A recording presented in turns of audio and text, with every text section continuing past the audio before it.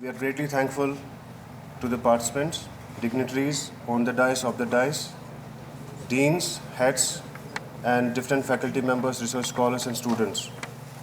It's indeed an event having great significance, not merely that the workshop will discuss new education policy. In fact, the most important part of this workshop is perhaps the coming together of diverse stakeholders who represent different domains and who are directly associated with the rolling out of new education policy and its implementation on the grassroots. I mean the district level officers, teachers, students, and authorities. Fortunately, we have all of them present in this hall. It will hopefully be an enriching experience throughout the sessions. As all the stakeholders in India discuss new education policy 2020, be it academicians, policymakers, politicians, or people in media, it's probably an important topic that has dominated our mental landscapes during past few years. Much has been written on this vision document, and we find people across the board highlighting its features as well as the challenge ahead in its implementation throughout the country, considering the India's vast socio-cultural, economic, political, and geographical diversity. Yet it is being unfolded in every single guideline from NCERT, UGC, and Ministry of Education. And at the same time, new challenges and opportunities are reckoned by people who think and discuss this all-evolving vision document and policy. In this direction, the Department of Social Work, University of Kashmir, felt need to start a discussion on how New Education Policy 2020 is going to restructure school education in India with special focus on Jammu and Kashmir. We have senior officers and district officers of School Education Department participating today, along with a team of national level experts on the subject like Professor Vandana Saxena from University of Delhi, Professor Farida Khan, and other panelists. We hope that this event further unfolds the new education policy and updates us with the challenge as well as the opportunities for all of us in the near future and in the regional context. So with this, I once again thank all of you. So before we proceed further, I request Dr. Shazia Manzoor to kindly formally welcome the guests. It's my pleasure to welcome you all on this one-day workshop on New Education Policy and Restructuring of School Education in India, which is organized by the Department of Social Work, University of Kashmir, in collaboration with Mission Directorate of PM Poshan and School Education Department, Government of Jammu and Kashmir. I extend a warm welcome to our Honorable Vice Chancellor, Professor Nilofer Khan, for gracing the occasion as the chief guest of the function. I would also like to welcome the guest of honor, Director School Education, Shri Tasadduq Hussain Mir, for accepting our invitation in spite of his busy schedule. I extend a warm welcome to the keynote speaker of the workshop, Professor Vandana Saxena from Department of Education, University of Delhi. Thank you, ma'am, for sparing your valuable time and traveling from Delhi to enlighten us with your expertise on the New Education Policy 2020. Welcome goes to Dr. Nisar Ahmed Mir, Registrar, University of Kashmir, for being with us and supporting us in our activities, both academic and outreach ones.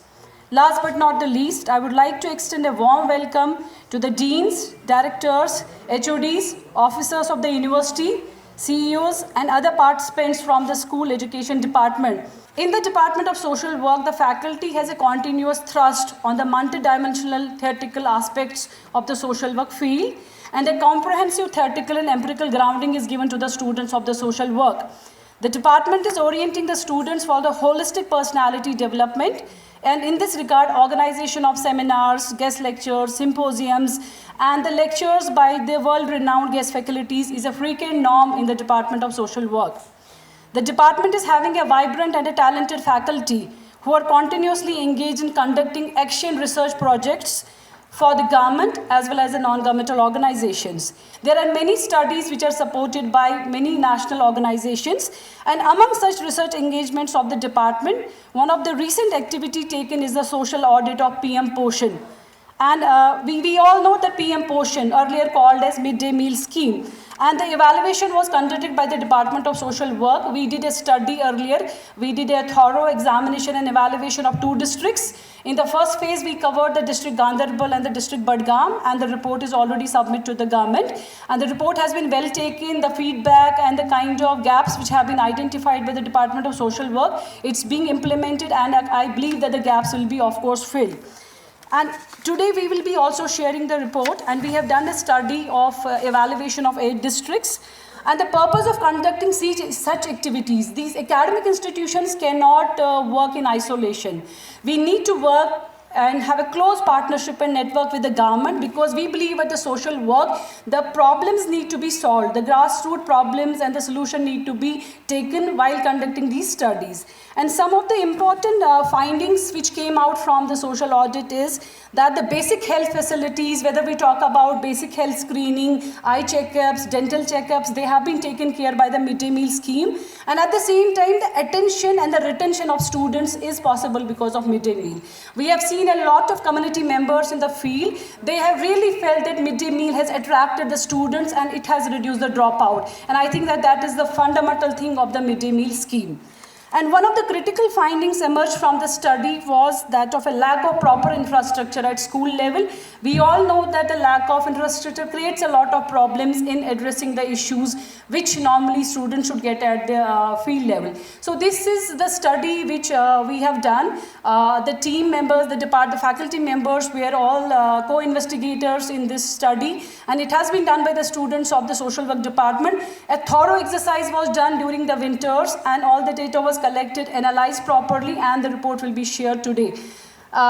This is the first part of the workshop. The another part of the workshop is that we all know that new education policy and the restructuring of school education is a very important thing. We definitely need to start somewhere to kind of link the school education with the higher education. And today we have a lot of panelists, lot of experts who will have a deliberation on how to address the gap and how to be ready for the new kind of challenges, and at the same time, more I would say the opportunities which the new education policy has given us. Thank you very much, and a nice welcome to all of you again. Just 2-3 months back, received a letter from the UT administration about the evaluation of the midday scheme meal by the Department of Social Work. And they gave an ultimatum that you have to do it within a span of 2.5 months. Technically, it looks difficult that we can do an evaluation study of 8 districts in the shortest span of time, then to design the research problem, then to formulate a research schedule, and then collect the data, analyze it, and see its outcomes, and then to submit the report within the shortest possible time. But hats to the Department of Social Work, we sat together, formulated a little bit framework about the conduct of research study, evaluation study in the midday meals, and fortunately it got success, and we see today that report sharing is being done between the Department of Social Work and the state government. I must congratulate Dr. Shazia that she has together mixed the two ideas about the national education policy and the evaluation or sharing of the social audit report. In fact, at University of Kashmir, we do have organized a lot of workshops and seminars about the national education policy, but we are focusing on the higher education system of J&K or at the national level. We had yet to start any deliberations on the national education policy at the school level. And fortunately, today she has organized it along with the Director of School Education is here. We congratulate both of them at this event. In fact, as we all know that India is the second largest, has the second largest network of higher education and the school education system in the world. We follow the China in the higher education and the state and the lower education at the world level. And national education policy, which has come out in 2020, which was started probably in 2017, and a draft was issued for public comments also, and ultimately a final draft came in 2020. We see that a lot of water has flown down the line at the global level. And we see a lot of changes, a lot of transformations, particularly at the IT, information technology level, at the world level, and we see a lot of changes in the medium of education. So the education policy of 1986 has almost now become a redundant policy, and it was required that we should have a new and fresh enthusiasm and fresh policy at the workplace so that we could take measures in transformation of our education system. And we see that all schemes had an inbuilt component that there should be upliftment of underprivileged or underutilized resources at the UT or at the country level. So there, as we all researchers know and policymakers also know, that there are certain, we do a pilot study before launching any scheme.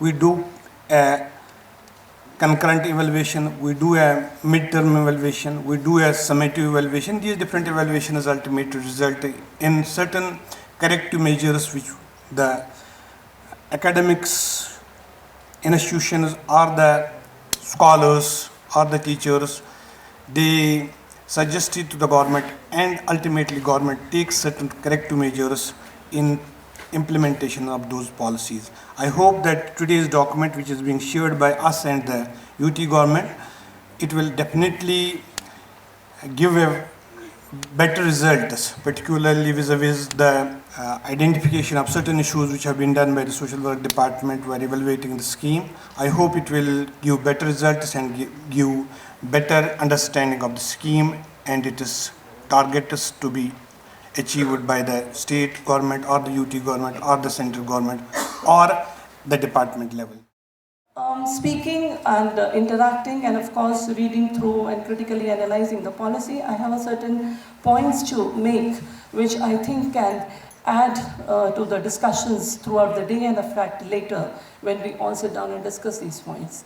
So one of the biggest point that I see in the policy, each policy, I don't see any of the policies being different from another. For the simple reason that each policy foundationally is trying to give us a vision document. So policy will never tell us that what do we have to do. They will tell us a kind of a vision for the country, if it's in education, it will tell us about what are we supposed to be doing for the next maybe 2 decades in education. And that is how a policy document is planted and it is being shown to us. So what is the core in this policy if I look at it from the point of view of practitioners? I think there is a very, very critical shift from the entire idea of content to competencies. So education now is not seen only as learning or delivering content. It is about building competencies among students. And of course, for building competencies, the consequent factors would be that we got to be thinking about our pedagogies differently. We got to be thinking about our assessments differently.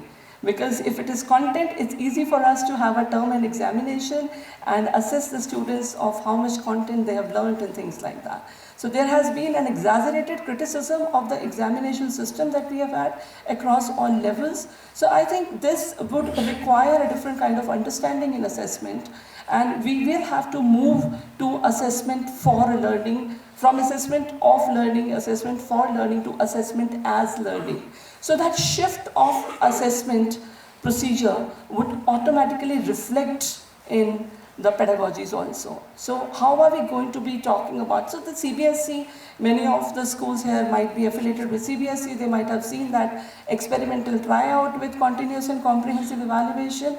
This is now, it was discontinued. We are all aware of that. There's no need. In the informed audience, we don't have to go into the history of practices that we have had in India. But I think it's important for us to understand that we might be moving into it a little more, in a little more organized manner now. And that is something which is for us to understand, reflect upon, and find out that what kind of practices are we going to be thinking about. It definitely has a lot of implications for the curriculum that we are going to be talking about. For school education, including age 3 to 6, as formal education process now, it's going to change the way schools are looking at themselves. Education, it doesn't start with age 6 now. It starts much earlier, that is age 3. How are we going to engage with different stakeholders in this area? Because 0 to 6 was primarily a responsibility of Anganwadis and other such organizations earlier. How the schools will reinvent themselves, because this 3 to 6 age was either left to, in Delhi we have a lot of tradition of public commercial play schools, So it was left to a lot of those players, public players, private players at that point of time.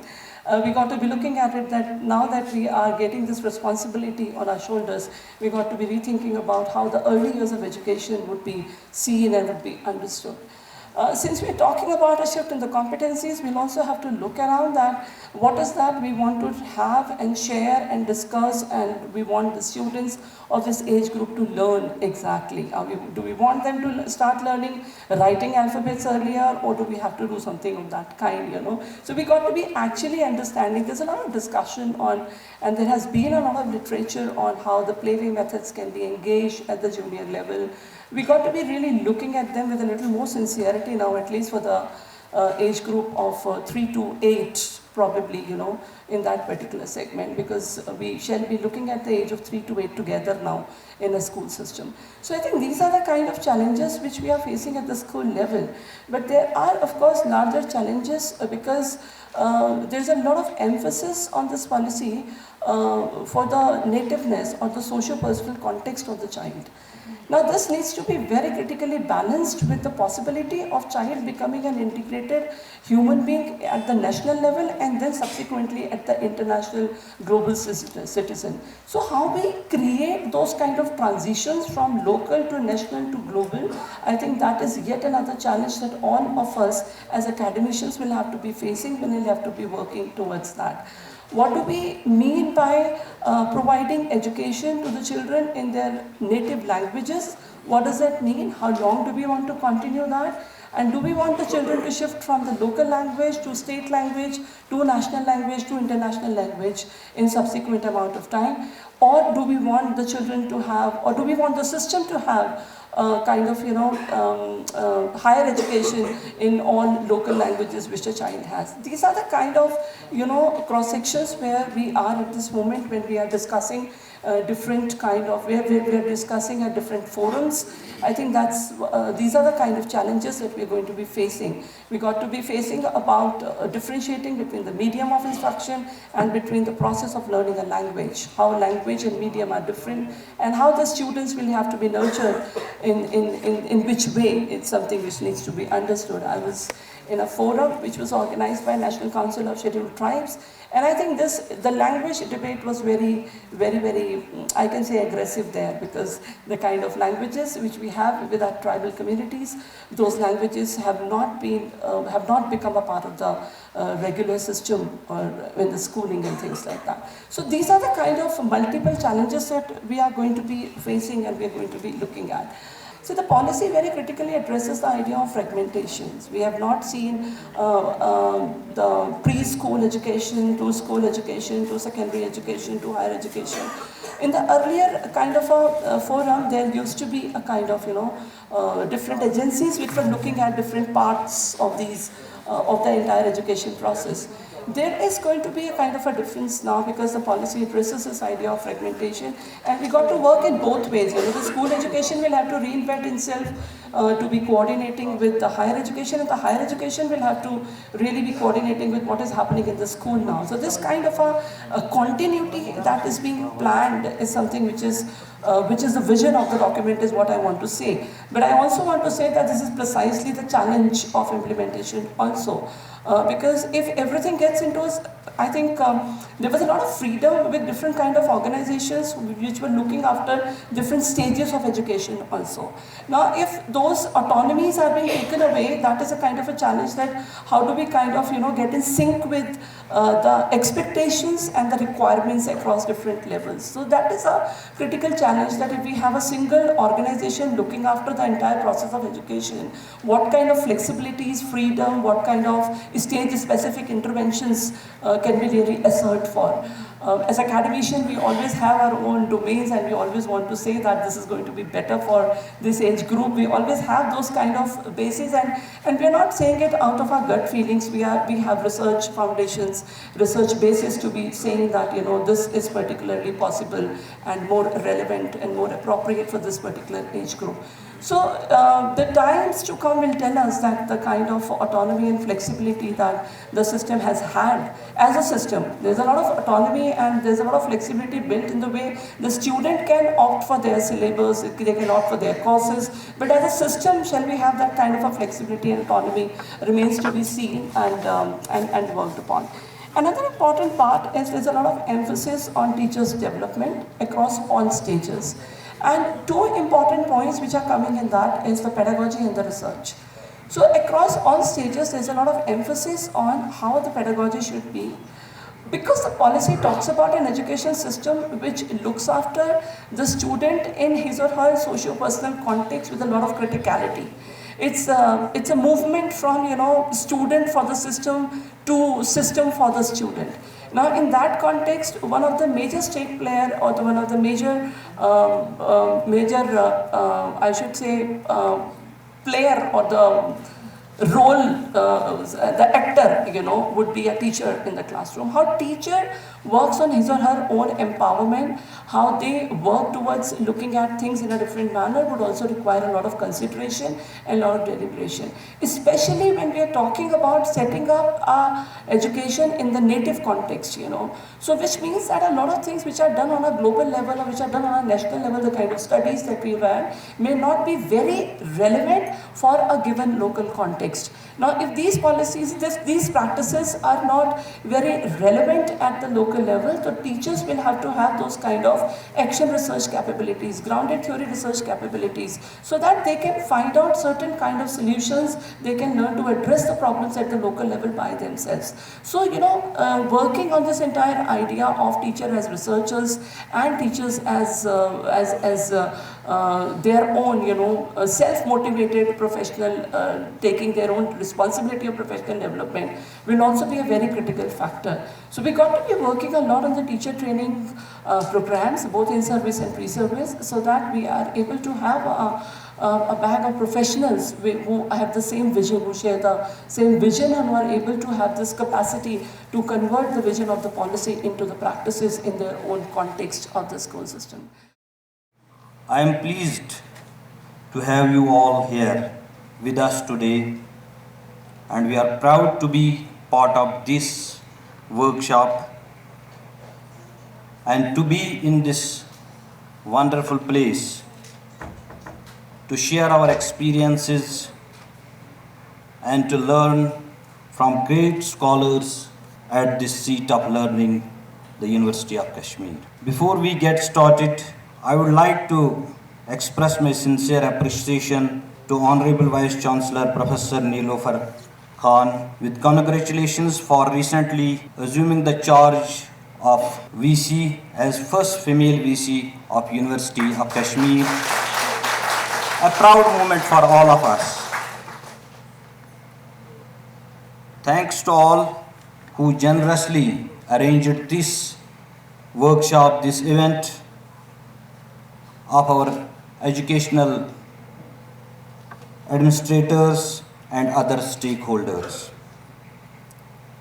My special gratitude to Department of Social Work, University of Kashmir for taking this initiative. Conduct of social audit of a scheme is definitely going to help us fill the gaps, if any, or to fill the issues or any sort of unimplemented aspects is a good initiative.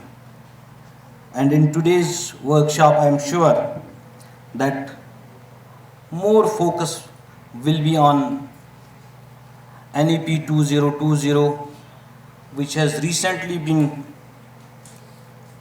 launched just 2 years before by Government of India, and as of now it is in its implementation phase. Basically the policy is aimed at transforming the Indian education system to meet the needs of future challenges, future aspects. The new policy seeks rectification of poor literacy and numeracy outcomes of students associated with primary level schools reduction in dropouts at the level of middle and secondary schools, and adoption of multidisciplinary approach in the higher education system.